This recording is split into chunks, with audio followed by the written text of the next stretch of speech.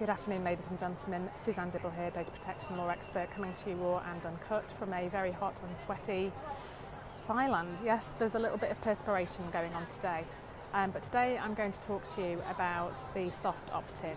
Now, I've talked about it a number of times on different videos, but never specifically by itself. So I'm doing this video by request and so that it's easy for you to find within the list of videos that I've done.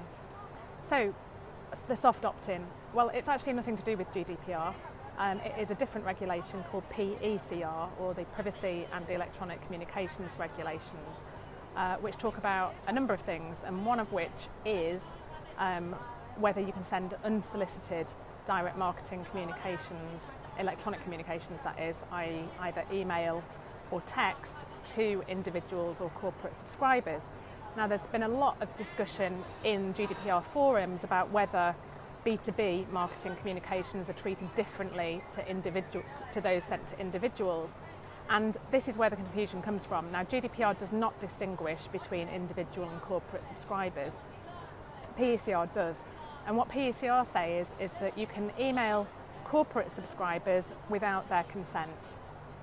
Just PECR. Obviously, you still need to think about everything that we've talked about already about GDPR, but for PECR purposes, you can send unsolicited direct marketing emails and texts to corporate subscribers. Okay. Now, what's a corporate subscriber? Well, it's actually easier to tell you what an individual subscriber is, because if somebody is not an individual subscriber, they're a corporate subscriber. An individual subscriber is, as the name suggests, an individual, someone who you're not emailing in a business capacity, but unfortunately it's not quite that simple, because it also includes people who are sole traders and partnerships, even if you are emailing them in a business capacity. So you have to be very careful about relying on the B2B, the corporate subscriber rule. So essentially, if you're emailing individual subscribers, which includes, as I say, sole traders and partnerships, then you have to get their consent before you send them an electronic communication, direct marketing. So whether that be email or text or whatever, okay, you need their prior consent. Now, there is an exception to that, and that is what's known as the soft opt-in rule. And what the soft opt-in rule says is that if you have fulfilled certain criteria, then you can email individual subscribers without their explicit consent.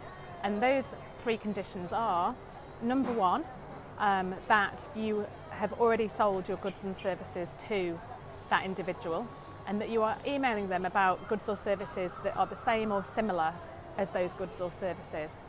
There's also something that says that if you're in the course of negotiations for the sale, that will also apply. Okay, so the contract doesn't actually have to have been formed.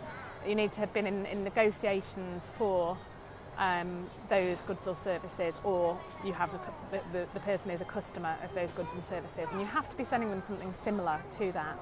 So if you're in the plumbing business and you suddenly decide to start selling mobile homes, you would not be able to rely on the soft opt-in. Okay, it has to be a similar product or service. In addition, at the time that you collected their details, you had to advise them of their right to opt out of marketing communications, and you had to send it to them every subsequent time that you sent them a direct marketing communication. And typically that is the opt out that you see at the bottom of at the bottom of the emails. Okay, so if you fit into those criteria, so they're either customers, or you've been in negotiations with them. Secondly, you're sending them goods or services, details of goods or services that are the same or similar as what they've previously bought or been in negotiations with. And thirdly, at the time that you collected their details, you gave them the right to opt out of marketing communications, and you've reminded them of that right on every subsequent marketing communication.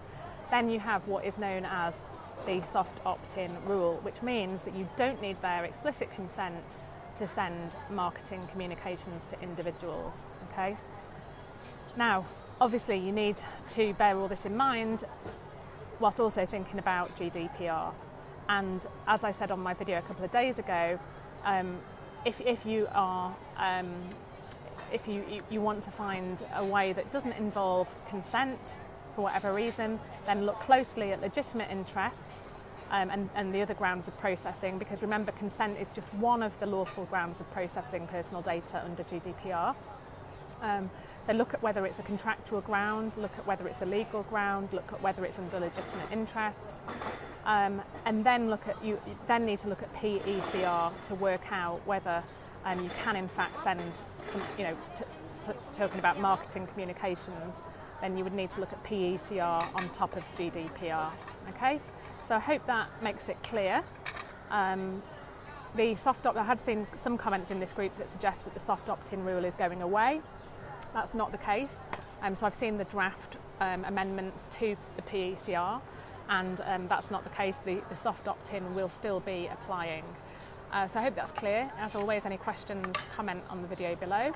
Apologies about the lighting here, seems to have gone a little bit strange, but hopefully you can hear me, and that's the most important thing. So have a great Sunday, whatever you're doing, and I'll see you tomorrow.